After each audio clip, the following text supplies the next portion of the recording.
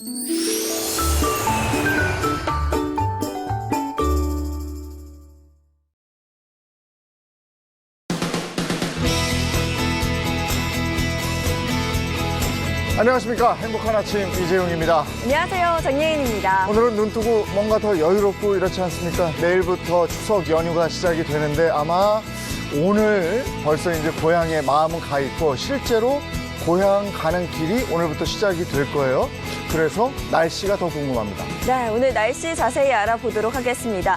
오늘은 중부지방에서 남하하는 정체 전선의 영향으로 전국이 대체로 흐리고 비가 내리는 곳이 많겠습니다. 중부지방은 오전까지 내리겠고요. 충북 남부는 오후까지, 또 남부지방은 밤까지 가끔 비가 오겠습니다. 강원 영동과 경북 동해안은 오늘 낮부터 밤까지, 또 제주도와 남해안은 아침부터 낮 사이에 비가 오는 곳이 있겠습니다. 강수량 알아보도록 하겠습니다. 강수량은 강원 영동, 정남 지역은 10에서 50mm, 강원 영서와 충북, 제주도는 5에서 30mm, 서울과 경기도, 충남, 전북 지역은 5mm 내외가 예상됩니다. 한낮 기온은 22도에서 32도 선으로 어제와 비슷하겠고요. 연휴 기간 동안에는 평년보다 조금 높겠습니다. 강원 산지에는 1km 미만의 안개가 끼는 곳도 있으니까요. 교통안전에 각별히 유의하셔야겠습니다. 자, 오늘부터 설레는 고향길 가시는 분들 참 많으실 텐데요. 불쾌지수 높다고 합니다. 서로 짜증나지 않도록 주의하셔야겠고요. 또한 음식물 관리도 철저히 하셔야겠습니다. 어디 가세요? 저는 집에 있습니다.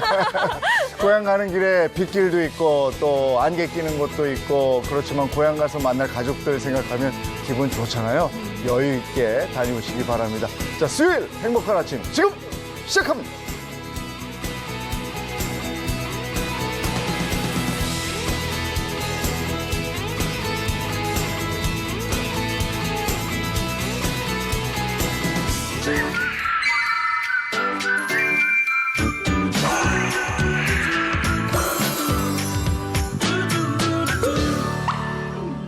네, 오늘은 2019 연예계 상반기 결산부터 추석 연휴에 볼만한 영화는 뭐가 있는지까지 쫙 한번 정리해 보도록 하겠습니다. 네, 오늘 함께해줄 최정화 연예 전문기자, 양지열 변호사, 또 김지연 연예 전문기자 소개합니다. 어서 오세요. 안녕하세요. 안녕하세요. 네, 2019 연예계 상반기 결산 저희가 3가지 키워드로 준비를 해봤습니다. 먼저 첫 번째 키워드부터 볼까요?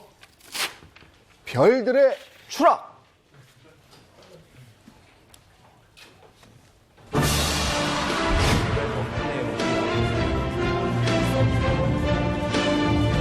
불법 도박 혐의는 하셨습니까? 다 사실대로 말씀드렸습니다.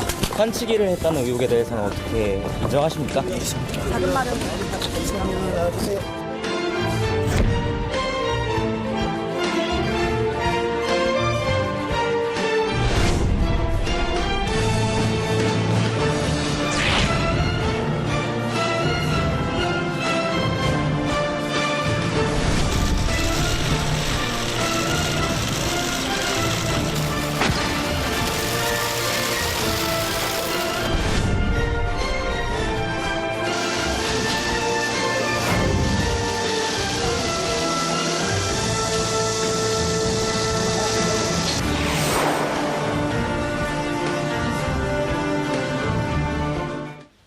네, 2019 상반기 연예계 사건, 사고가 끊임없이 일어났습니다. 마약, 성범죄 등등등 정말 다양한 사건들이 일어났는데 뭐부터 갈까요? 승리 씨 거부터 한번 얘기를 해볼까요? 네, 역시나 빼놓을 수 없는 이슈죠. 정말 사회 전반적으로 큰 충격을 안겨준 승리 씨 사건부터 시작을 해보도록 하겠습니다. 어린 나이에 데뷔해 연예인으로 최고의 주가를 달리던 승리 씨,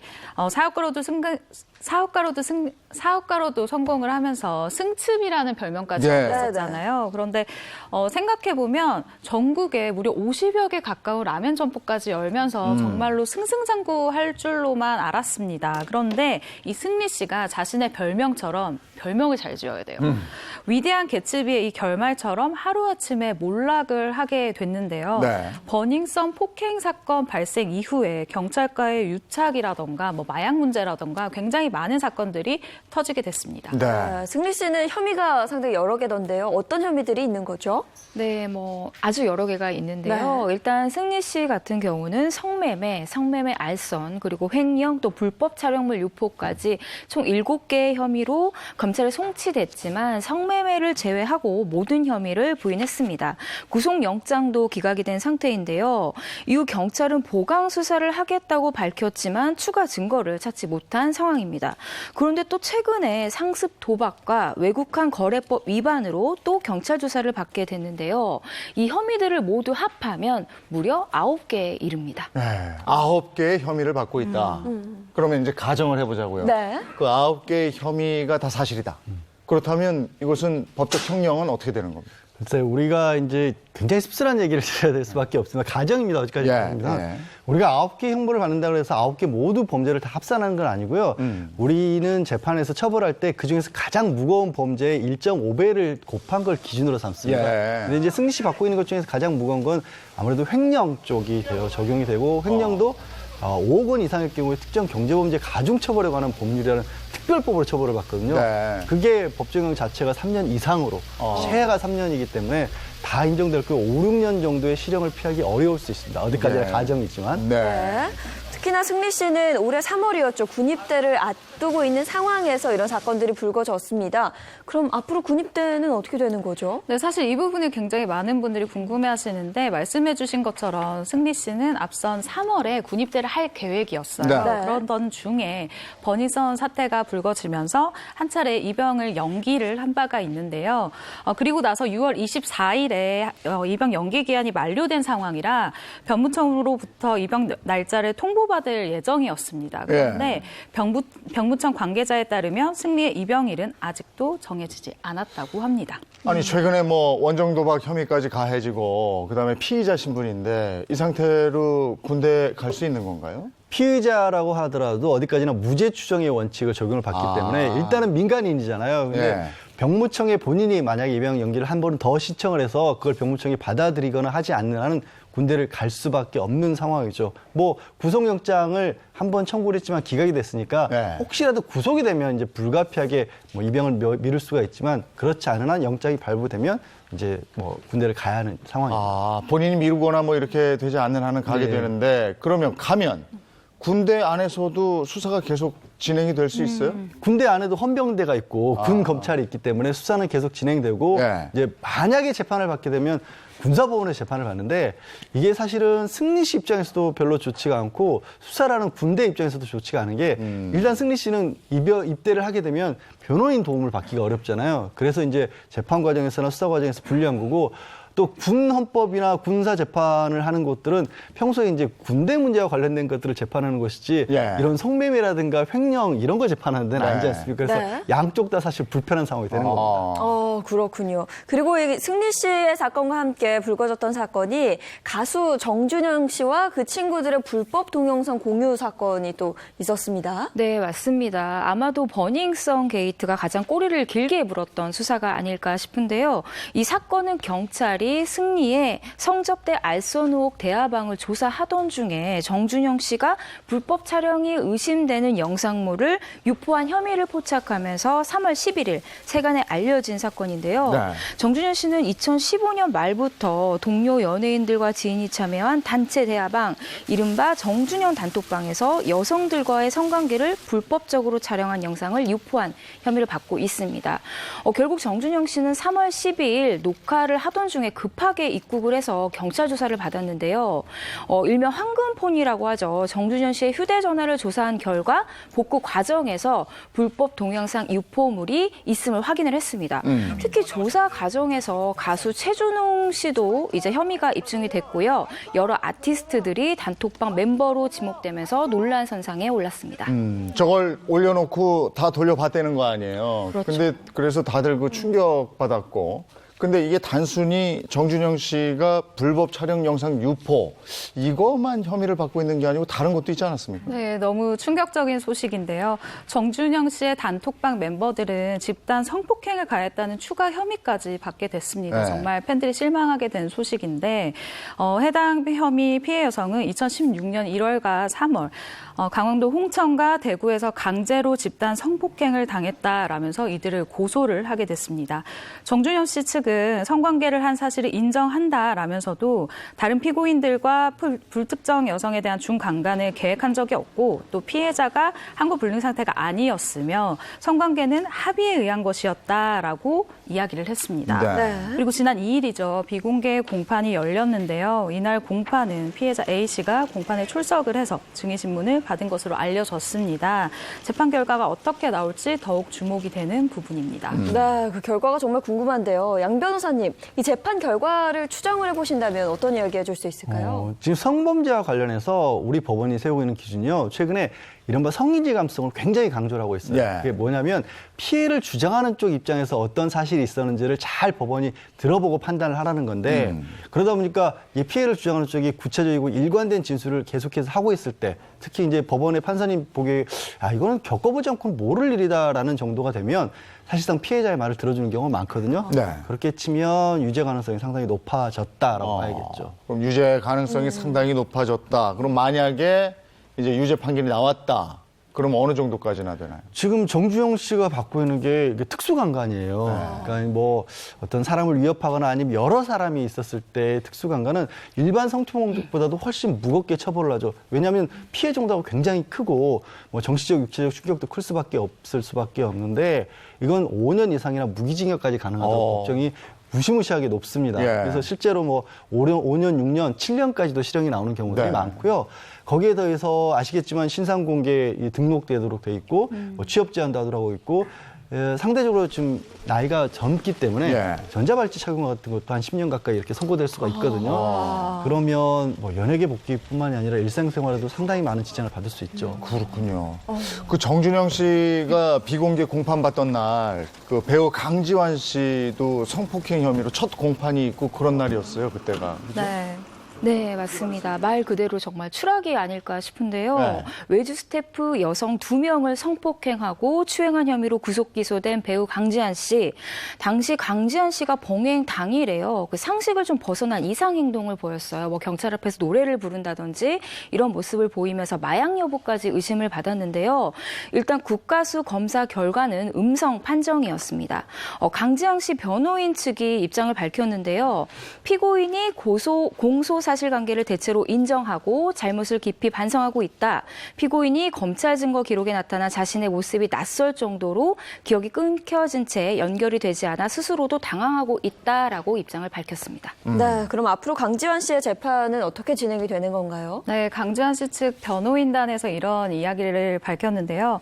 강지환 씨 자택 CCTV 영상과 사진을 시간 순서대로 보면서 사건 경위를 설명을 할 거래요. 그리고 이런 부분에 있어서 사생활 노출이 우려되는 부분이기 때문에 다음 기일은 비공개로 하자라고 재판부에 요청을 한 상황입니다. 네. 여기에 또 변호인단은 범행 전까지 강지환 씨 자택에 있었던 인물이 있대요. 그리고 이 사람과 강지환 씨의 연기 생활이라던가 음주 습관 등 특이한 이력을 설명해 줄 수 있는 인물 2명을 증인을 신청하겠다. 라고 밝힌 상황입니다. 근데 강지환 씨가 지금도 그때 상황이 기억나지 않는다. 이렇게 기억 상실 부분에 대해서 얘기를 하고 있잖아요. 예. 근데 요즘 이게 성범죄에 대해서 심신미약? 예. 이거 적용되지 않지 않습니까? 예, 일단 이제 심신미약을 말씀하셨으니까 이게 네, 뭐냐면 아시겠지만 뭔가 그러니까 제정신이 아니었다라고 네, 흔히 네. 쉽게 말씀드리면 제정신이 아닌 사람이 저지른 범죄에 대해서 제정신을 가진 사람이 저지른 것과 똑같이 처벌하는 건 좀 너무하지 않느냐라 그래서 조금 깎아주는 게 있었는데 그런 기사들 예전에 많이 보셨잖아요. 술 먹고 취해서 그런 행동입니다. 그래서 법원이 그걸 들어주면 사람들이 굉장히 법원을 비난을 많이 했어요. 네, 네. 아니 술 취한 사람이 저런 짓 했다고 그걸 용서해주면 어떡하냐. 그래서 아예 법으로 적어도 성범죄만큼은 술에 취해서 저지른 이유로만으로 깎아주지 않겠다. 이렇게 법으로 정해놨는데 네. 그런데도 불구하고 이게 법적으로 공식적인 양형 기준을 적용을 안 받더라도 뭔가 판사가 보기에도 야, 이 사람 정말로 정상은 아니다라는 생각이 들면 그래도 조금 장량 감경이라고 하거든요. 예. 그런 여지가 있기 때문에 그 부분은 계속해서 강조를 하는 게 아닌가 싶습니다. 그렇군요. 그리고 이제 우리가 또 눈여겨봐야 되는 게 연예계에 마약 투약 혐의가 계속 있었단 말이에요. 네, 그렇습니다. 그중 지난 4월 8일이죠. 친숙한 이미지로 대중의 큰 사랑을 받았던 로버트 할리 씨가 마약 투약을 했다라는 소식이 전해져서 대중에 굉장히 큰 충격을 안겼습니다. 그런데 이 로버트 할리 씨와 함께 마약을 투약한 친구라는 사람, 무려 40살, 그러니까 40살이나 나이 차이가 나는 20살로 알려져서 더 큰 충격을 더했는데요. 이에 로버트 할리 씨가 받는 선고 결과에 관심을 모은 가운데 첫 공판에서도 검찰은 로버트 할리에게 징역 1년에 집행유예 2년, 추징금 70만 원을 구행했었죠. 네, 당시 로버트 할리 씨는 공소 사실을 바로 인정했던 걸로 알고 있어요. 네, 맞습니다. 당시 재판장에서 죽을 때까지 반성하겠다면서 참회의 눈물을 흘리기도 했는데요. 지난 7월 28일 선고 공판이 열렸는데요. 재판부는 로버트 할리에게 징역 1년, 집행유예 2년, 그리고 40시간의 약물치료 강의 수강, 그리고 70만 원 추징을 선고했습니다. 재판부가 집행유예 선고한 이유는 뭘까요? 일단 초범이잖아요. 네. 처음 적발이 된 범죄인데다 그 적발되자마자 모든 걸 다 인정하고 자백하고 반성하고 있는 태도를 보였기 때문에 그러면 이번 한 번은 기회를 주겠다라는 의미에서 집행유예를 한 거죠. 네. 공판을 마친 이후에 직접 심경을 발표하기도 했었죠. 네, 맞습니다. 실수를 했고 또 잘못을 했으니까 그 대가를 치르겠다라고 얘기를 했고요. 가족을 위해서 그리고 사회를 위해서 봉사하며 살아야겠다, 죄송하다라고 고개를 숙이기도 했습니다. 알겠습니다. 사건 사고로 있었던 별들의 추락 첫 번째 상반기 결산 키워드로 저희가 꼽아봤고요. 네. 두 번째 보겠습니다. 두 번째 별들의 파경.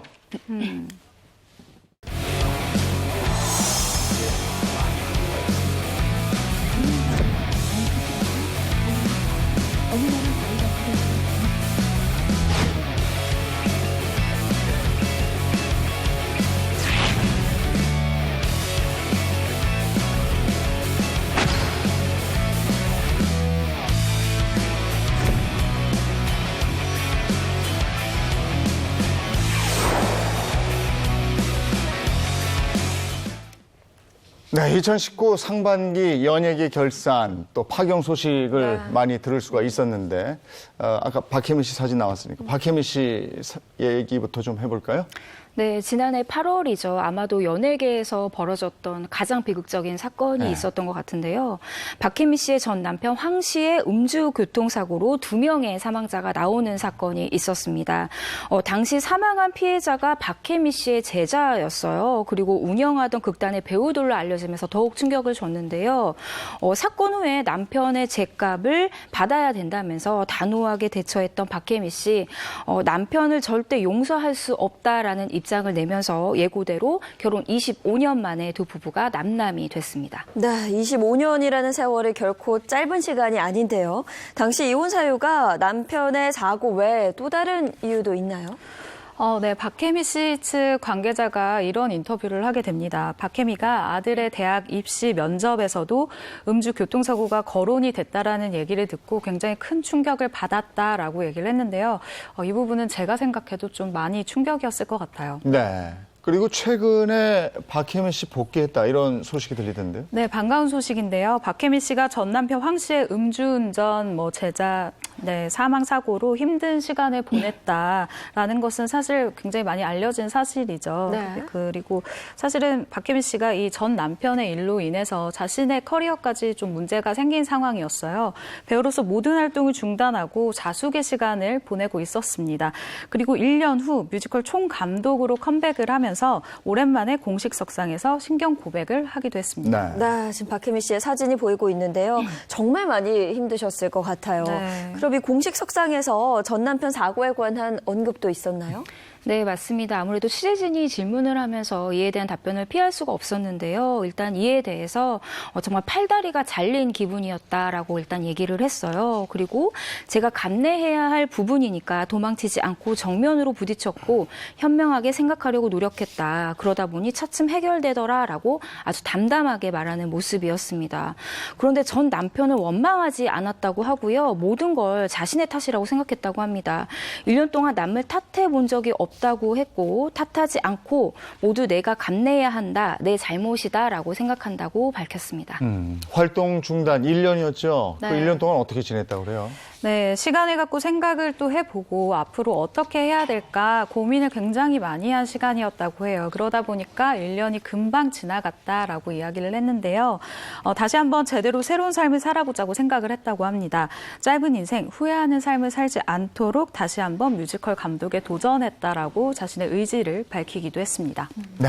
또 다른 스타 커플 박영 소식인데 배우 송혜교, 송중기, 송송 커플 뭐 우리 이렇게 얘기를 했는데 이 부부 얘기 좀 해볼까요? 네, 아마 스타의 이혼 중에서 가장 큰 빅 이슈가 됐던 일이었던 것 같은데요. 이 사건은 일단 송중기 씨의 법률 대리인이 공식 입장을 발표하면서 이혼 사실이 알려졌습니다. 지난 2월 26일 송혜교 씨를 상대로 이혼 조정 신청서를 제출한 소식을 다음 날인 6월 27일 알리면서 두 사람이 파경을 했다는 소식을 알렸는데요. 결혼 1년 8개월 만이었기 때문에 더욱 놀라운 소식이었습니다. 당시 송중기 씨는 법률 대리인을 통해서 입장을 밝혔는데요. 저는 송혜교 씨와의 이혼을 위한 조정 절차를 진행하게 됐다라면서 두 사람의 모두 잘잘못을 따져가며 서로를 비난하기보다는 원만하게 이혼 절차를 마무리하기를 희망하고 있다고 밝혔습니다. 송혜교 씨도 소속사를 통해서 입장을 밝혔는데 송혜교 씨는 남편과 신중한 고민 끝에 이혼 절차를 밟고 있다. 사유는 성격 차이로 양측이 둘의 다름을 극복하지 못해 부득이하게 이런 결정을 내리게 됐다라고 밝혔습니다. 이 부부는 협의 이혼이 아니고 그때 이혼 조정 신청이라는 걸 했단 말이에요. 네. 그 둘의 차이를 한번 비교해 볼까요? 일단 협의나 조정이나 두 사람들이 어떻게 보면 의사 조정을 해서 하는 거는 마찬가지예요. 근데 이제 차이점을 뭐 여쭤보셨으니까 차이점을 중심으로 두자면 협의혼은 사실 법원에 가기 전에 두 사람이 정말로 이혼을 할 것이냐 말 거냐를 가지고 계속 얘기를 하다가 법원에 두 사람이 꼭 같이 가야 합니다. 같이 가면 이제 법원에서 먼저 물어보죠. 진짜 이혼하실 거예요? 라고 물어보고 네. 웬만하면 또 우리 법원도 부부가 헤어지는 걸 별로 좋게 보지는 않기 때문에 그러니까 가능하면 좀 진짜 이혼을 하실 생각이 있느냐. 우리 예전에 어떤 드라마에서 그 말씀 많이 들으셨죠? 네네. 4주 후에 다시 뵙겠습니다. 네. 협의혼은 꼭 그걸 거쳐야 되거든요. 네. 그걸 한 달 내지 석 달 정도를 거치고 그러고 나서 다시 출석을 해야 되는데 이 두 사람들 이제 송중기 씨 다 뭐 유명한 분이시잖아요. 네. 법원에 그렇게 왔다 갔다 하시는 것 자체가 굉장히 부담스러울 수도 있는데 그런 과정을 꼭 거쳐야 되는데 조정 신청은 중간에 조정위원회라는 분이 딱 개입을 해서 사실 협의 과정을 도와주는 거예요. 그렇게 보면 협의랑 뭐가 차이가 나느냐? 조정 신청에서는 변호사가 대신 출석을 하면 되고 당사자가 안 가도 됩니다. 그리고 바깥에서 변호사들끼리 이것저것 다 조율을 해준 다음에 그러면 우리는 이렇게 할 겁니다라고 당사자들 허락을 받은 다음에 변호사들만 법원에 가서 조정위원한테 우리 이렇게 조정해서 끝내기로 그 약속을 했습니다. 그러니까 이혼 받아주십시오라고 하면 두 사람, 그러니까 이혼을 하는 부부 당사자들이 법원에 오지 않아도 네. 그냥 그걸로 이혼이 되고 마치 재판을 통해서 이혼한 거하고 똑같이 법적 효력이 주어지기 때문에 이게 약간은 어떻게 보면 중간에서 좀 변칙적으로 신속하고 빠르게 이혼을 신속하게 빠르게 한다니까 좀 말씀드리면서도 조금 그렇긴 합니다만 그렇게 할 수 있는 과정입니다. 그러니까 이것은 이혼 숙려 기간이라는 걸 거치지 않는군요. 네, 이혼 숙려 기간 거치지 않고 법원에 꼭 당사자들이 출석해서 이 법원의 허락을 받을, 그러니까 법원의 그 정말로 확인 과정을 거칠 필요가 없는 겁니다. 그리고 이걸 하려면 어느 정도는 그 양측이 협의가 된 상태여야 되겠어요. 현실적으로는 그래요. 조정 신청을 하는 게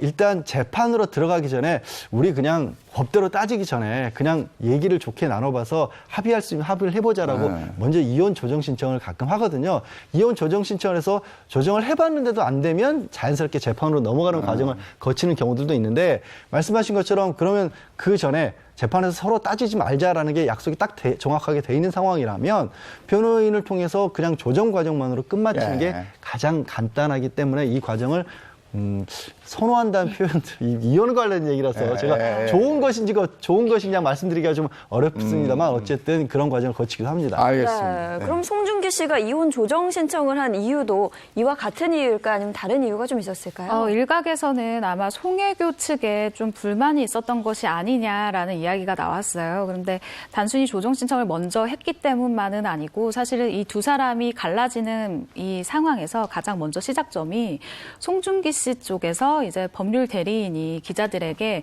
두 사람이 이제 갈라서려 한다라는 공식 입장을 먼저 내보낸 거예요. 그리고 이것을 모르고 있던 송혜교네 소속사에서 뭐 시간이 조금 어느 정도 지난 후에 부랴부랴 보도자료를 써서 전하게 됩니다. 근데 이런 과정을 보고도 아무래도 연예계 관계자들이 송중기 측에서 송혜교에게 뭔가 불만이 있는 것이 아니냐. 그래서 먼저 신청을 한 것이 아니냐. 이런 의견이 나왔었고요. 두 번째로는 그 변호사님이 방금 얘기해 주신 것처럼 협의이혼에 따른 부담을 고려할 수밖에 없었을 거예요. 네. 협의이혼은 일단 말씀해 주신 것처럼 양측 모두 법원에 출석을 해서 직접 이혼 의사를 밝혀야 하잖아요. 그런데 제가 아는 한 적어도 이렇게 대중들이 알고 있는 상황에서 먼저 법정에 간다거나 먼저 이렇게 카메라에 노출되는 방법을 택하는 스타들은 없었어요.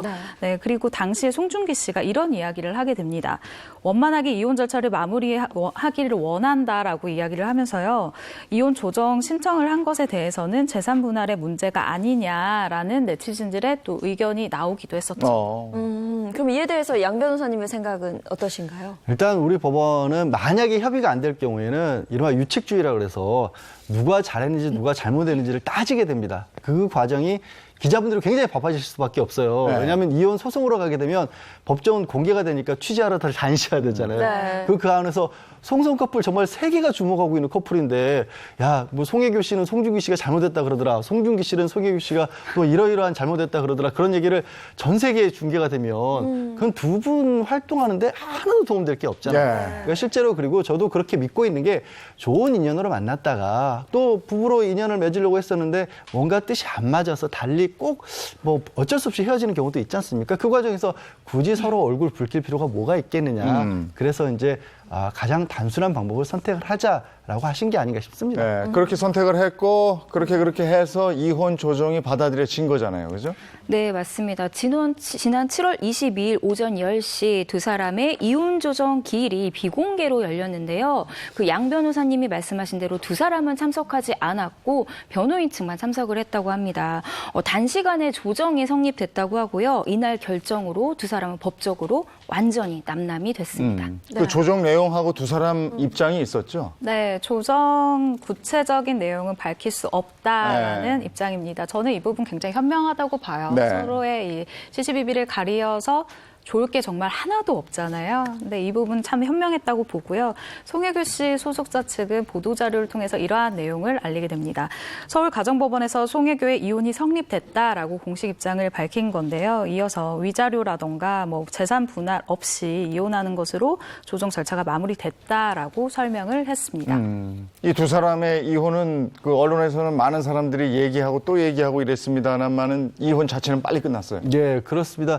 이런 경우에는요, 사실 이제 양쪽 변호인분들이 서로, 그러니까 당사자들 얘기를 다 들어본 다음에 바깥에서 끊임없이 얘기를 주고받으면서 합의를 했을 거예요. 그래서 다 합의된 기재사항을 서류로 만든 다음에 양쪽에, 그러니까 송중기 씨 변호인도 송중기 씨에게, 송혜교 씨 변호인도 송혜교 씨에게 다 허락을 받고 이 정도로 서로 조정하시면 되겠죠라고 완벽하게 문서를 만들고 마지막에 이 내용은 절대 공개하지 않습니다. 라는 것까지 아마 도장 다 찍어서 조정위원 앞에 딱 보여주면 조정위원도 양쪽 법률 대리인이 변호사들이 이걸로 끝났습니다라고 하면 더 이상 뭐 확인할 필요는 없는 거거든요. 그냥 도장 잘 찍혔네요 하고 예, 이혼 되셨습니다라고 돌려보낸 겁니다. 정말 제가 생각하기에 한 5분 정도 걸리지 않았을까 싶어요. 그러니까 막상 법정 안에서는. 네, 정말 뭐 전국이 들썩였습니다. 별들의 파경 소식이 있었던 건데요. 이혼 이후에 한 달 정도가 훌쩍 지났고 인터넷상으로 뭐 근황 사진들을 자주 볼 수는 있었어요. 네. 자세히 어땠는지 전해주시죠. 맞습니다. 정말 이혼 후에 두 사람이 어떻게 지내는지 정말 근황을 궁금해하시는 분들이 많으신 것 같아요.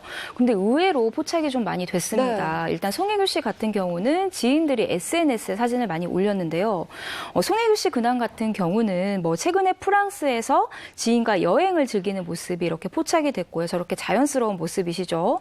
또 뉴욕에서 열린 패션쇼에 참석을 하기도 했습니다. 굉장히 유명한 배우들과 함께 인증샷을 촬영하기도 했는데요. 또 송중기 씨 같은 경우도 중국 매체에 의해서 모습이 공개되기도 했습니다. 보시다시피 밝은 모습이시죠. 중국 매체는 지난 8월 26일 송중기 씨의 최근 모습을 보도하면서 한 네티즌이 송중기 씨가 식사를 하는 모습을 게재를 했습니다. 평온해 보이는 좀 모습인 것 같아요. 최근에는 드라마로 복귀를 한 상태고요. 또 지금은 영화 촬영도 함께 병행하고 있습니다. 그러니까 각자의 일상으로 돌아간 듯한 모습들이 이제 많이 나오니까 네. 예, 그런 모습을 본 거고 이번에는 요즘에 가장 또 궁금해하는 소식 중에 하나죠. 구혜선 안재현 씨 부부 이혼한 건 아니지만 예. 지금 어떤 상태인지 모르겠어요. 네, 지금 파경 위기죠. 결혼 3년 만에 전해진 안타까운 소식인데요. 현재 두 사람은 엇갈린 주장으로 더욱더 화제를 모으고 있습니다. 많은 이들의 눈과 귀를 의심케 할 만한 정말 엄청난 이야기들이 계속해서 두 사람의 입을 통해서 전해지고 있는데요. 사실 지난 8월 18일 구혜선 씨가 직접 올린 SNS 글로부터 이 모든 것이 시작이 되게 됩니다. 네. 보통 보도자료를 통해서 스타 부부들은 이혼을 하게 됐습니다. 저희가 이혼을 합니다라고 최종 단계에서 밝히게 돼요. 근데 이 이혼 당사자인 구혜선 씨가 중간 과정에서 설명 없이, 그러니까 두 사람의 합의 없이 이렇게 밝히게 됐다라는 점은 좀 이례적인 행보다라고 평가를 할 수 있겠죠. 네. 네, 구혜선 씨 폭로가 워낙 많아서 이제 간단히 몇 가지만 말씀을 드리면요. 일단 구혜선 씨가 안재현 씨와 나눈 문자 메시지 일부를 공개를 했는데요. 이 문자를 보면은 안재현 씨가 소속사 대표에게 자신에게 헌담을 했다라는 뒷담화 폭로까지 한 상황입니다. 또 구혜선 씨가 법률 대리인을 통해 충격적인 주장을 했는데요. 안재현 씨의 변심과 주치 상태에서 다수의 여성과 잦은 연락을 했다는 점을 파경의 원인으로 들기도 했습니다. 네, 이에 대해서 안재현 씨도 가만히 있지는 않았습니다. 네, 가만히 있을 수 없죠. 네. 반박이 이어지게 되는데요. 안재현 씨는 다수의 여성들과 연락을 해왔다라는 것은 구혜선의 의심이자 모함이다라고 딱 선을 그었습니다. 그리고 이미 구혜선 씨와 이혼에 합의를 한 상황이다라고도 이야기를 했는데요. 무엇보다 이 합의를 했다는 것에 대한 근거는 가세에 대한 일당 그리고 기부금이 포함된 이혼 합의금까지도 모두 지급을 했다라고 밝혔습니다. 네. 며칠 전에 또 두 사람이 주고받았다는 2년 동안의 문자 메시지 이게 또 공개가 되지 않았습니까? 네, 맞습니다. 지난 4일이죠. 두 사람이 주고받은 2년간의 문자가 포렌식을 통해서 공개가 됐는데요. 2년간 두 사람이 주고받은 문자 내용을 보면 이혼에 이르기까지의 과정이 아주 상세하게 소상하게 담겨 있습니다. 이런 보도 내용이 전해진 뒤에 구혜선 씨는 SNS를 통해서 또 반박에 나섰는데요. 이번에는 여배우와의 외도설까지 제기를 합니다. 네. 촬영 중인 여배우라는 구혜선 씨 언급 때문에 아마 그 좀 피해를 입은 분들도 있는데요. 또 호텔에서 가운을 입고 야식을 먹고 있는 사진을 공개하겠다 이런 식으로 폭로를 많이 했습니다. 네, 정말 이런 경우는 또 처음인 것 같아요. 부부 관계, 아직까지는 부부 관계죠. 이 두 스타가 폭로에 폭로를 더하고 있는 상황이에요. 사실은 구혜선 씨가 먼저 시작을 했을 때부터 좀 안타깝다라는 제 개인적인 의견이에요. 그리고 안재현 씨 입장에서는 본인이 드라마 하차 요구까지 받고 있는 상황에서 입장을 전달하지 않을 수가 없는 거죠. 그런데 안재현 씨가 좀 많이 발끈했었던 부분이 있습니다. 네네. 그 호텔에서 여자와 야식을 먹고 있는 사진이라면서 구혜선 씨가 이야기를 했었던 부분인데 네. 구혜선 씨의 이 발언에 대해서 안재현 씨 측은 변호사를 통해서 이번에 이야기를 해요. 처음이죠.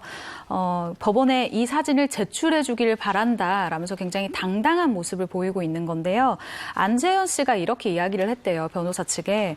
해당 사진 같은 경우는 그러니까 구혜선 씨가 오해를 하고 있는 이 사진 같은 경우는 구혜선 씨를 만나기 전에 그러니까 결혼하기 전에 이전 여자친구와 찍은 것으로 파악이 된다라고 설명을 하면서요. 현재 드라마 촬영 중인 여배우가 아니다라고 분명하게 선을 그었습니다. 네. 아니 근데 그 구혜선 씨가 왜 자신의 SNS를 통해서 이런 것들을 계속 공개를 하는지 만약에 이 두 사람이 이혼으로 갔을 때 이게 불리 또는 유리하게 작용을 하는 건지 이런 부분이 또 궁금해져요. 저는 사실 이게 이제 법조인 입장에서 봤었을 때는 이런 거예요.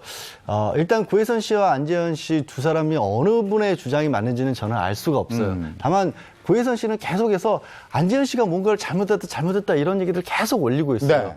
근데 그러면서 난 근데 이혼 안 할 거야. 라는 입장이잖아요. 네. 이게 왜 이렇게 말씀드리냐면 우리 법원은 아직도 아까 잠깐 말씀드렸지만 이른바 유책주의라는 걸 취하고 있어서 그러니까 잘못을 한 사람이 있고 잘못을 한 사람의 배우자가 있으면 그 잘못을 한 사람한테 그 배우자가 이혼을 청구해서 그게 받아들이는 거지 잘못을 한 사람이 나 이혼할래요 라고 해서 법원에서 들어주질 않는 거거든요. 지금 구혜선 씨 얘기는 자 안재현 씨가 잘못했는데 나는 근데 이 사람이랑 이혼하기 싫어. 근데 난 잘못한 게 없으니까 안재현 나한테 당신이 설령 이혼 소송을 걸더라도 이거 법원에서 안 받아줄 거야. 그러니까 이혼할 생각하지 마. 라는 말씀을 하시는 것처럼 들려요. 제가 봤을 때는. 왜냐하면 잘못했다고 하면서 이혼은 안 할 거라고 하면 이제 안재현 씨는 구혜선 씨에 대해서 또 어떤 부분을 들고 나올지는 몰라요. 사실 법적으로 하면 모르지만 일단 구혜선 씨의 입장은 그렇게 보입니다. 그러니까 우리 법원이 취하고 있는 유책주의라는 제도가 있는데 나는 잘못한 게 없으니 이거 재판으로 가도 하나도 유리할 거 없어 라는 얘기를 하는 거죠. 네, 말씀해 주신 것처럼 구혜선 씨는 안재현 씨에게 내 잘못이 아니고 당신의 잘못이야 라고 강조를 하고 있는 상황인 건데요. 변심과 주치 상태에서 다수의 여성과 연락을 했다. 이게 귀책 사유가 될 수도 있는 건가요? 일단 요즘에는 사회생활하면서 주변에 여자분들하고 연락을 자주 할 수밖에 없는 사람들도 많아요. 특히 안재현 씨 연예인이시잖아요. 그러니까 이런저런 이유로 동료분들도 많기 때문에 단순하게 그냥 뭐 여자분들과 연락을 자주 했다 이런 게 아니라 뭔가 좀 의심스러울 만한 관계였느냐가 사실 관건이죠. 근데 이제 법원에는 이 이혼 사유로 부정행위라는 법조문이 있긴 한데 이게 꼭 정말로 예전에 그 아주 극단적인 불륜행위 이런 걸 가리키는 건 아니고요. 그렇지 않더라도 이게 부부는 서로 믿고 살아야 되는 게 부부잖아요. 근데 부부의 신뢰를 깰 만큼 다른 여성과 자주 연락을 하고 뭐 문자를 주고받고 전화를 하고 뭐 안부를 묻고 하는데 야 이건 도가 좀 지나치다 할 정도가 되면 우리가 흔히 생각하는 불륜행위가 아니라고 할지라도 이건 배우자의 신뢰를 깬 거기 때문에 이거는 이혼할 수밖에 없다라고 지금 법원은 보고 있긴 합니다. 근데 정말로 안재현 씨가 그 정도의 상태에 이르렀는지는 또 아직은 모르는 거죠. 한쪽의 주장이니까요. 아니 근데 저 안재현 씨 측 말 들어보면은 이혼 합의금을 지급했다. 뭐 이런 말이 나오는데 이게 무슨 법적 이혼하기 전에 이혼 합의금을 지급하고 이러는 게 있는 거예요? 그런 분들이 종종 실제로 발생을 해요. 그래요? 무슨 말씀이냐면 우리는 이혼하기로 막 약속을 하고 다투고 하는 과정에서 그래 정말 뭐 이혼하자. 그럼 얼마를 내가 지급하겠다고 돈을 지급하는 경우도 있고 또 막 각서 같은 거 막 쓰셔가지고 이제 어떤 일이 발생하면 무조건 이혼다 이렇게 쓰는 분들도 계신데 이게 당사자들 간의 협의 이혼은 정말 마지막에 법원에 가서 신고를 할 때도 여전히 내가 이혼을 하겠다라는 마음이 있지 않는 한 그 중간 과정에서 어떤 일이 있었든지 간에 이혼하는 게 아닙니다. 그러니까 안재현 씨 입장에서 이렇게 생각할 수도 있죠. 지금 구혜선 씨가 이혼하자는 이유로 해서 얼마를 달라고 했고 내가 그 돈을 줬으니까 우리는 이혼하기로 된 거야 라고 생각하실 수가 있지만 실제로는 정말 마지막 순간까지 가서도 우리는 이혼할게요 라는 게 양쪽 당사자 입장이 딱 맞아 떨어져야 법원이 허락을 해주는 거예요. 아까 말씀드렸다시피 두 번, 세 번 자꾸 묻잖아요. 계속 사주국에 또 와서 다시 한번 확인하겠습니다. 이런 과정을 거쳐야 되기 때문에 그게 끝날 때까지는 이혼한 게 아닙니다. 그러면 어쨌든 이혼 합의금을 지급했다라고 얘기해도 그게 온전히 법적으로 효력이 있는 이혼 합의금일 수는 없다 이런 말씀이세요? 합의는 글자 그대로 두 사람이 하는 거잖아요. 안재현 씨는 합의했다고 하는데 구혜선 씨는 합의한 거 아니라고 하잖아요. 그럼 합의가 아닌 거죠. 그건 아닌 거죠. 그럼 지금 이혼이 진행되고 있는 거예요? 지금 과정이 어떻게 되는 거예요? 네, 안재현 씨도 이제 변호사를 선임을 했습니다. 안재현 씨의 법률 대리인은 공식 보도 자료를 통해서 구혜선 씨를 상대로 이혼 소송을 준비하겠다라는 입장을 밝혔는데요.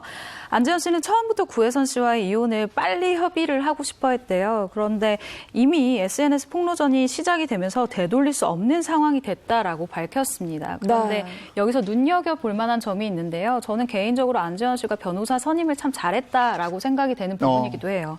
이 안재현 씨의 법률 대리인, 그러니까 이 변호사가 정준영 씨 그때 그 단톡방 관련해서 이 모든 문제들을 폭로했던, 그러니까 이 공익 제보자가 있잖아요. 이 공익 제보자의 변호를 맡은 사람이었어요. 그런데 이게 왜 잘한 행동이냐라고 하면 정준영 씨와 안재현 씨가 굉장히 절친한 사이다라는 이야기가 네티즌들을 통해서 굉장히 많이 돌게 됐어요. 왜냐하면 실제로 안재현 씨가 한 방송에서 나는 정준영이랑 친하다라는 이야기를 했기 때문인데요. 그 이유 때문에 사람들이 이거 끼리끼리 아니야?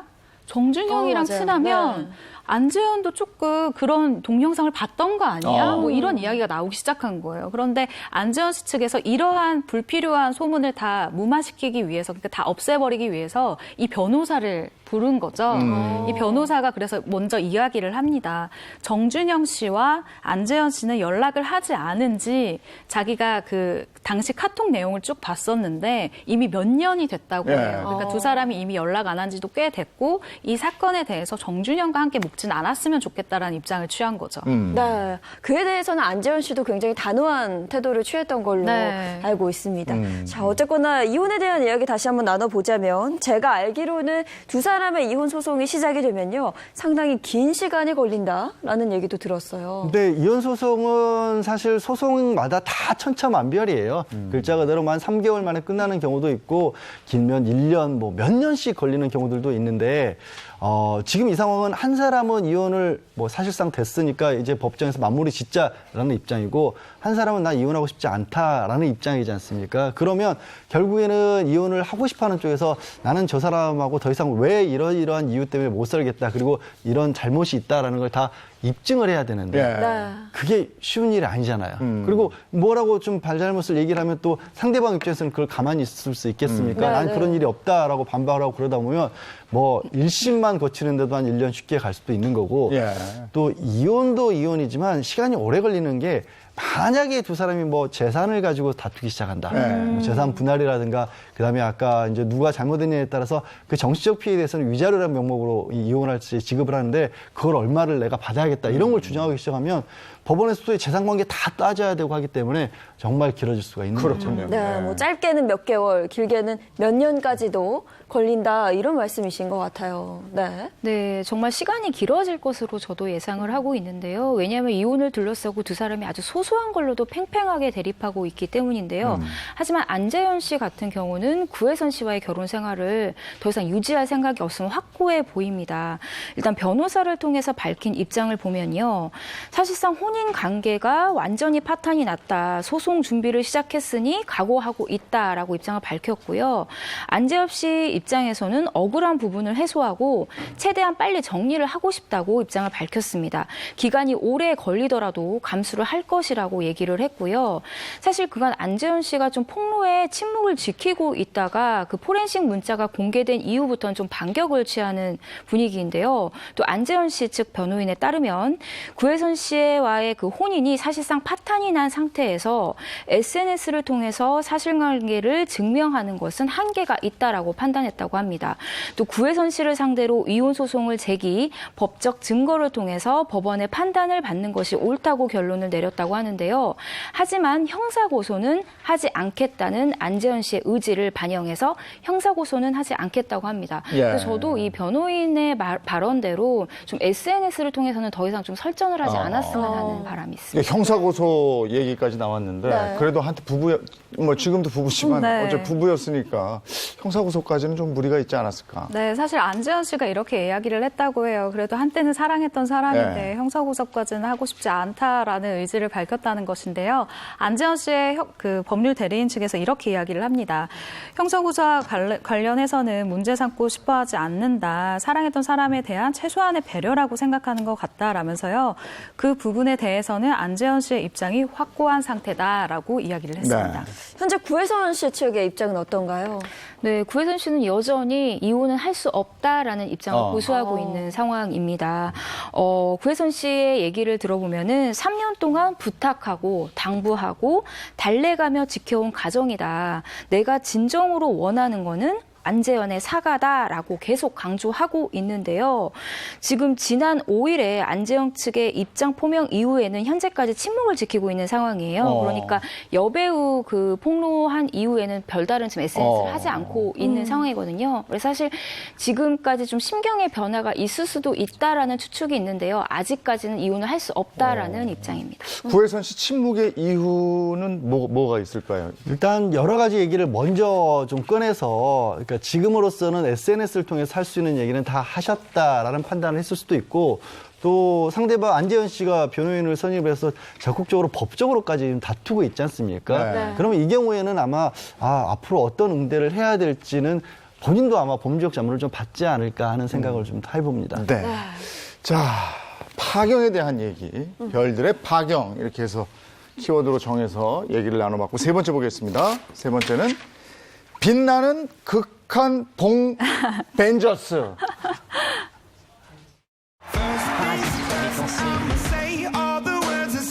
이 트로피를 이렇게 손에 만지게 될 날이 올 줄은 상상도 못했습니다.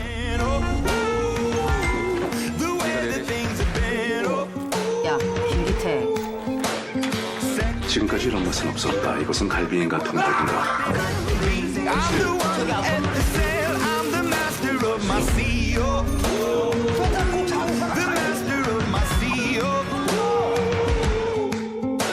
I was broken from a young age, taking my soak into the masses, writing my poems for the few that look at me, took at me, shook at me, feeling me, singing from heartache, from the pain, taking my message from the veins, speaking my lesson from the brain, seeing the beauty through the. You make me a believer. 네, 올해 상반기에는 1,000만 관객을 동원했던 한국 영화가 2편이나 나왔고요. 뿐만 아니라 해외 영화제에서 상을 받는 기쁨까지 누려봤습니다. 또 많은 분들이 손꼽아 기다리셨던 세계적인 히어로물 영화를 볼 수 있었던 상반기였는데요. 참 풍성했던 영화계가 그랬던 때가 아닌가 싶어요. 아니, 요 얘기 본격적으로 나누기 전에 네. 이 어깨 한번 피자고요. 아니, 이제 드디어 좀 이렇게 신나게 얘기할 수 있겠어. 맞아요. 네, 이제 웃으면서 이야기를 해보도록 하겠습니다. 네, 먼저 연초부터 대한민국을 웃겼었던 굉장히 즐거운 시간을 만들어주었던 영화가 있습니다. 바로 네. 극한 직업인데요. 극한 직업은 해체 위기의 마약반 5인이 범죄 조직 소탕을 위해서 위장 취업한 마약 치킨이 일약 맛집으로 입소문이 타게 되면서 벌어지는 이야기를 담은 코믹 수사극입니다.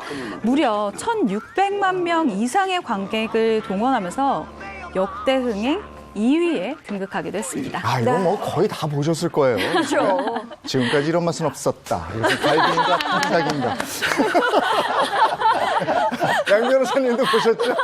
네, 저는 무려 3번 봤습니다. 정말요? 이게 정말 유승용 씨 워낙 좋아하기도 하고요. 치킨도 워낙 좋아하다 보니까 안 볼 수가 없었는데 정말 즐거운 영화였죠. 네. 특히나 앞서 말씀해 주셨던 그 멘트 있잖아요. 네. 이것은 갈비가 통닭인가. 저는 정말 광고 보는 줄 알았어요. 지금까지 이런 맛은 없었다. 이것은 갈비인가 탕작인가. 욕심내시는데. 맞아요. 맞습니다. 지금 누구나 다 아는 이제 명대사가 됐잖아요. 네. 근데 사실 저도 이 영화를 좀 뒤늦게 보고 대사를 먼저 접했어가지고 네. 유행어가 됐었으니까요. 광고 CF인 줄 알았어요. 그런데 아니나 다를까 이게 대사였고요. 사실 이 대사가 2019년의 첫 유행어이고 또 이 대사를 모르면 당시에 대화를 할 수 없을 정도였기 때문에 더욱 의미가 있었던 대사가 아닐까 싶습니다. 네, 맞습니다. 특히나 이 왕갈비 통닭이 참 이슈였어요. 예. 아, 네, 그렇습니다. 저도 통닭 참 좋아하는데요. 네. 달콤한 갈비 소스에 바삭한 통닭을 버무려서 만든 이 수원 왕갈비 통닭은 실제로 관객들이 먹어보고 싶다라는 그런 요청이 굉장히 많았었던 거예요. 그래서 이런 반응에 힘입어서 영화 배급사에서 자연스럽게 레시피를 공개하게 됩니다. 네. 여기 SNS 상에서는 이 레시피에 따라서 직접 만들어서 먹어본 사람들의 후기가 쏟아질 정도였어요. 그리고 실제로 많은 치킨집에서 이 영화 극한 직업 수원 왕갈비 통닭 레시피를 활용해서 지금까지도 신메뉴로 활용을 하고 예. 있습니다. 아우, 저거 그때 다들 한 번씩 먹어본다고. 다들 드셔봤을 거예요. 저 먹어봤죠. 네, 너무 맛있었어요.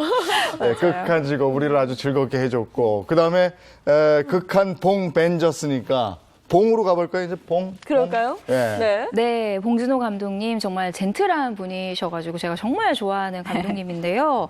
봉준호 감독의 기생충 올해 프랑스에서 열린 제72회 칸 국제영화제에서 기생충이 경쟁 부분에 초청이 됐는데요. 심사위원의 망장일치로 최고상인 황금 종려상을 수상하는 쾌거를 이뤘습니다. 이게 한국 역사상 거의 최초로 있었던 일이었기 때문에 더욱 경사가 아니었나 싶습니다. 네. 그 칸 영화제 시상식 영상이 또 준비되어 있습니다. 화면 보시죠. 기생충이란 영화는 되게 큰 영화적인 모험이었어요. 독특하고 새로운 영화를 만들고 싶었습니다.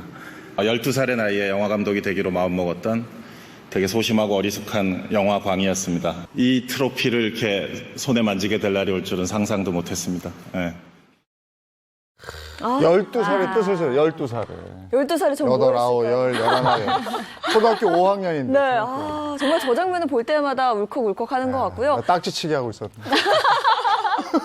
저는 이 영화를 정말 재밌게 봤어요. 네, 사실 저도 정말 재밌게 봤었던 영화입니다. 영화 기생충은 전원 백수인 집안의 장남이 고액 가외 면접을 위해서 박사장네 집에 들어가게 되면서 시작된 두 가족의 만남이 걷잡을 수 없는 사건으로 번져가는 이야기인데요. 황금 종려상 수상에 힘입어서 국내에서도 무려 1000만 관객을 돌파하며 뜨거운 반응을 일으켰습니다. 다양한 해석이 즐비했고요. 또 관객들 같은 경우는 이 다양한 해석을 놓칠 수가 없는 거예요. 그래서 화면마다 숨어있는 의미를 찾아내기에 바빴습니다. 봄테일이라는 별명처럼 모든 장면마다 의미가 있다라는 평가를 받기도 했었죠. 주인이 들어오면서 거기 숨어있던 가족들이 막 네 발로 기어가는 그런 장면이라든지 뭐 여러 가지 장면. 근데 그 집에 다른 가족이 있어요. 숨어 살아요. 이거 법적으로 문제 있는 거잖아요. 그러니까 웃자고 제가 이거 다큐멘터리로 받아들이면 안 되니까 그냥 웃자고 말씀드리자면 굳이 설명하면 이거 주거침입이 분명하고요. 냉장고에서 음식 막 꺼내 먹고 절도에 분명합니다. 그리고 일자리 얻을 때 이게 허위 학력으로 취업을 했기 때문에 이거 사기입니다. 그 중에서 문서 위조도 실제로 있었고요. 원래 있었던 가사도우미 쫓아내는 과정에서 업무 방해도 있었습니다. 여러 죄가 있네. 굳이 따지면 중범죄자들입니다. 그러네. 너무 진지하게 들어가면 안 돼요. 그리고 오늘 영화의 주인공이었던 송강호 씨와 봉준호 감독의 인연은 예전부터 참 화제였습니다. 듣기로는 20년 동안이나 호흡을 했다고 들었어요. 네, 맞습니다. 두 사람의 공통점이요. 바로 흥행 요정이라는 겁니다. 두 사람이 호흡을 맞출 때마다 대박이 났거든요. 일단 살인의 추억이라는 영화가 있고요. 또 괴물, 또 설국열차까지 20년 동안 정말 환상의 호흡을 보여줬는데요. 그리고 저는 정말 두 사람의 우정에 감동을 받았던 게 봉 감독이 이번에 그 황금종려상 수상 소감을 얘기를 할 때 보통 감독 혼자 얘기하고 내려오는데 봉준호 씨에게 무대를 내어줘서 이렇게 소감을 말하게 하는 시간을 가졌었어요. 그리고 또 수상 직후에도 포토콜에서 무릎을 꿇고 송강호 씨에게 트로피를 건네는 퍼포먼스를 하면서 그 외신들이 아주 주목하는 퍼포먼스를 펼치기도 했습니다. 서로 정말 든든한 관계고 그래서 우리도 또 볼만 또 나고 다음 작품에도 같이 했으면 하는 바람도 있고 뭐 그렇습니다. 극한 봉 벤저스, 이번엔 벤저스 가볼까요? 네, 개봉 그날부터 마지막 날까지 세계는 어벤져스 엔드게임 아리 중이었는데요. 인피니티 워 이후 지구의 마지막 희망이 된 살아남은 어벤져스 조합 그리고 빌런 타노스의 최강 전투를 그린 이야기였는데요. 개봉 이후부터 기록이 정말 많습니다. 개봉했을 당시 제가 한번 쭉 말씀드릴게요. 역대 최고 오프닝, 역대 개봉주 최다 관객수, 역대 1일 최다 관객수 및 개봉 1일째 100만, 2일째 200만, 3일째 300만, 4일째 400만, 5일째 600만, 하루에 100만 관객씩 돌파하는 기염을 보여준 거죠. 결국 11일 만에, 무려 개봉 11일 만에 1000만 관객을 돌파하는 흥행 광풍을 일으키기도 했습니다. 이 흥행은 우리나라뿐만 아니라 전 세계적으로 뜨거웠죠.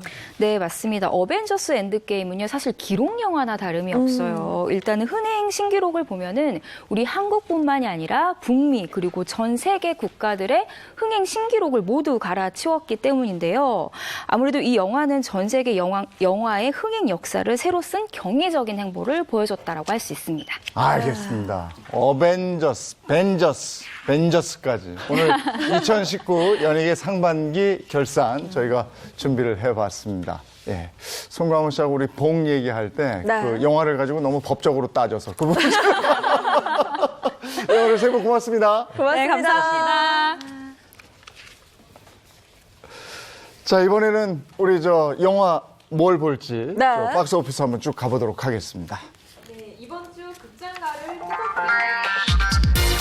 자, 5위 분노의 질주,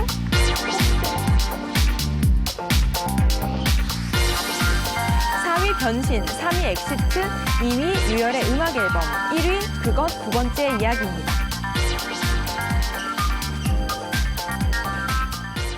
자, 이 중에서 가을 감성에 어울릴 만한 영화 뭐가 있겠습니까? 네, 아무래도 가을에는 멜로 영화가 아닐까 싶은데요. 그래서 저는 레트로 감성 멜로 영화, 배우 정혜인, 김고은 주연의 유열의 음악 앨범을 추천해드리고 싶습니다. 아, 정혜인 씨 영화예요? 네, 빨리 좀 듣고 싶은데. 네, 영화 바로- 소개 좀 해주시죠. 네, 바로 소개해드리겠습니다. 라디오에서 흘러나온 노래처럼 우연히 만난 남녀가 엇갈리고 마주하길 반복하며 서로의 주파수를 맞춰나가는 과정을 그린 이야기입니다. 야, 네. 라디오에서 흘러나오는 노래처럼 이게 말만 들어도 감성을 막 자극하고 그러네. 네, 맞습니다. 가장 가깝지만 또 가장 먼 듯한 1990년대와 2000년대에 우리가 잠시 망각한 시간과 음악 속으로 관객들을 인도하고 있다는 평가를 받고 있는데요. 대중가요의 주옥 같은 선율과 마음을 관통하는 노래 가사들이 시간이 지나도 모두의 공감과 사랑을 받듯이 영화의 여운은 진하게 남을 것 같습니다. 네, 오랜만에 정말 감성 진하게 자극받는 영화가 나온 게 아닐까 싶습니다. 자, 내일부터 추석 연휴가 시작이 되는데요. 연휴 기간 동안 재밌게 볼 수 있는 영화들도 뭐가 있을까요? 네, 이번 추석 풍성하게 보내시라고 극장가에도 풍성한 영화들이 준비되어 있는데요. 오늘 개봉하는 3편의 영화를 소개해드리도록 하겠습니다. 어떤 영화들이 있습니까? 네, 다양한 장르의 영화들이 준비되어 있는데요. 먼저 웃음과 눈물이 동시에 나오는 우픈 영화, 배우 차승원 주연의 힘을 내요 미스터리입니다. 하루아침에 딸벼락을 맞은 철수가 자신의 미스터리한 정체를 찾아가면서 벌어지는 반전 코미디 영화입니다. 네, 차승원 씨가 나오는 코미디 영화라 네, 정말 기대가 되고요. 뿐만 아니라 웃음은 이미 보장이 돼 있다라고 보셔도 될 것 같아요. 그렇죠. 네. 개봉 전부터 원조 코미디 맛집, 믿고 웃는 영화 등의 수식어가 붙을 만큼 재밌을 거라는 평가를 받고 있습니다. 네. 이처럼 개봉 전부터 뜨거운 인기를 자랑하는 영화 힘을 내요 미스터리는 전 세대에게 유쾌한 웃음은 물론 따뜻한 반전 감동을 통해 가슴 찡한 울림을 전할 영화로 추석에 온 가족이 함께 보셔도 좋을 것 같습니다. 예. 다음 영화는 뭡니까? 네, 이번에는 시원한 액션 영화도 소개해드릴 텐데요. 네. 바로 배우 마동석, 김상중, 김하중 주연의 영화 나쁜 녀석들 더 무비입니다. 네, 굉장히 인기였던 원작 드라마를 모티브로 했다는 영화죠. 네, 맞습니다. 스크린으로 새롭게 돌아온 나쁜 녀석들은 한층 강력해진 캐릭터들의 케미와 확장된 스케일로 유쾌함과 통쾌함을 갖춰 영화로 탄생했습니다. 어떤 내용의 영화죠? 네, 사상 초유의 호송 차량 탈취 사건이 발생하고 사라진 최악의 범죄자들을 잡기 위해 다시 한번 뭉친 나쁜 녀석들의 거침없는 활약을 그린 범죄 오락 액션 영화입니다. 네, 제가 이 드라마를 정말 재밌게 봤거든요. 네, 네. 사실 인기였던 드라마가 영화가 되면 그에 비해서 실망하시는 분들도 굉장히 많으신데 이번 영화는 특히나 좀 기대가 되는 것 같습니다. 네, 마동석 씨는 드라마에서 시원한 액션을 보여줬는데요. 이번 영화에서는 드라마보다 더 강하고 통쾌한 액션을 보여준다고 합니다. 그래서 마동석 씨 액션을 좋아하시는 분들이라면 이번 추석 기대하셔도 좋을 것 같습니다. 네. 마동석 씨는 표정 자체가 액션이에요. 몸도 이게? 그냥 액션이죠. 네. 아니, 진짜로 한 대 맞으면 그냥 날아갈 것 같아요. 맞아요. 네. 제대로 액션에 어울리는 배우입니다. 자, 이번 영화는 또 뭡니까? 네, 타짜의 3번째 시리즈죠. 타짜 원아이드 잭입니다. 타짜 원아이드 잭은 인생을 바꿀 기회의 카드 원아이드 잭을 받고 모인 타짜들이 목숨을 건 한판에 올인하는 이야기를 그린 영화로 기존에 보여준 화투에서 포커로 종목을 바꿨다고 합니다. 네. 화투 하는 건 재밌게 봤지. 그렇죠. 워낙 유명했죠. 사실 타짜 원투가. 예, 이거 영화 보려면 포커도 좀 연구하고 가서 보면 더 재밌을 것 같아요. 맞아요. 예. 알고 보면 훨씬 재밌더라고요. 예. 타짜 3번째 시리즈 원 아이드 잭. 어떤 배우가 출연합니까? 네, 배우 박정민, 류승범, 이광수, 권혜효 씨 등 연기파 배우들이 대거 출연한다고 합니다. 류승범 씨가 나와요. 그러니까 권혜요 씨, 오. 이광수 씨. 오. 그렇죠. 사실 류승범 예. 씨는 최근에 뭐 영화나 드라마에서 참 오랫동안 보지 못했기 때문에 보고 싶었던 배우였는데 이번 영화를 통해서 만나보실 수가 있다고 합니다. 이전 시리즈와 이번 시리즈 다른 점이 있다면 어떤 점이 좀 다를까요? 이전 시리즈와 가장 달라진 점은 타짜들이 뭉쳐서 팀으로 움직인다는 점인데요. 화투에 비해서 사이즈가 큰 카드를 이용하는 포커는 손기술을 들킬 확률이 크다고 해요. 그래서 누군가를 속이기 위해서는 팀 플레이가 아주 중요하다고 하는데요. 그래서 이전 시리즈에서는 개인 플레이를 보여줬다면 이번 시리즈에서는 화려한 팀 플레이를 보여줄 예정이라고 합니다. 네. 아니 이번 추석 연휴에는 가족이 볼 만한 영화들이 제법 있으니까 그죠? 그 가족이 같이 가면 좋은데 꼭 어머니 아버지한테 애 좀 봐주세요 하고 가지 마시고 이게 어머니 아버지가 이제 할머니 할아버지 되신 거잖아요. 네. 근데 같이 극장에 가면 특이한 그 극장의 냄새가 있어요. 그걸 너무 좋아하시더라고요. 네. 그러니까 그때 가족이 다 같이 갈 수 있는 영화를 한번 같이 보면 참 좋지 않을까 이런 생각을 해보게 됩니다. 네. 네, 오늘 영화 소개해 주셔서 고맙습니다. 고맙습니다. 네.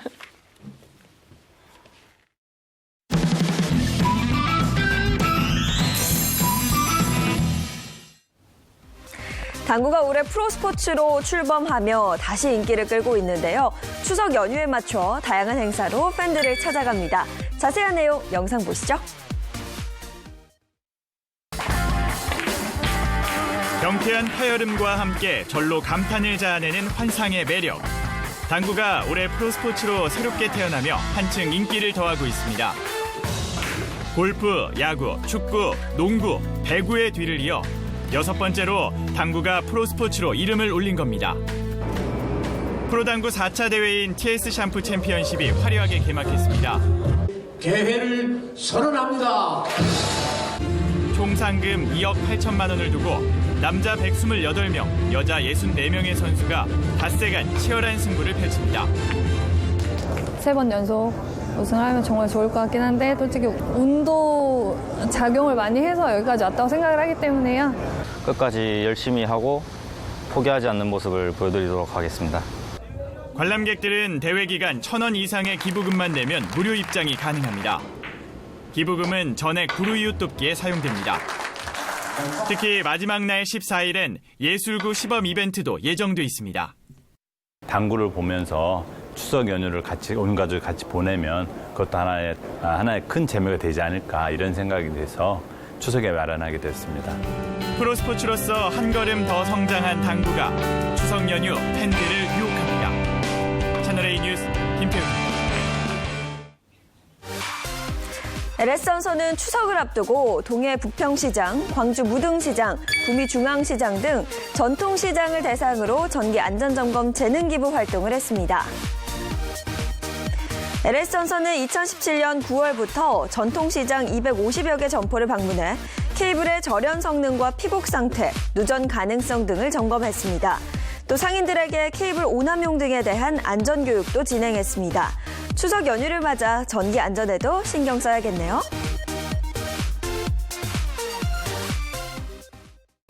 네, 내일부터 명절 연휴입니다. 기다려지십니까? 아니면 괴로우십니까?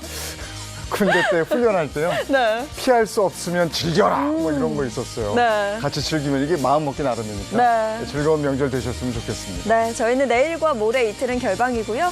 추석 연휴 보낸 이후에 다음 주 월요일 더욱 신선하고 알찬 내용으로 돌아오겠습니다. 행복한 아침, 행복한 하루, 행복한 명절 연휴 보내시고 뵙겠습니다. 고맙습니다. 고맙습니다. 행복한 아침 시청자 여러분, 보름달처럼 아주 풍성한 명절 되시기 바랍니다. 채널A 행복한 아침 시청자 여러분 반갑습니다. 풍성한 한가위 되시고요.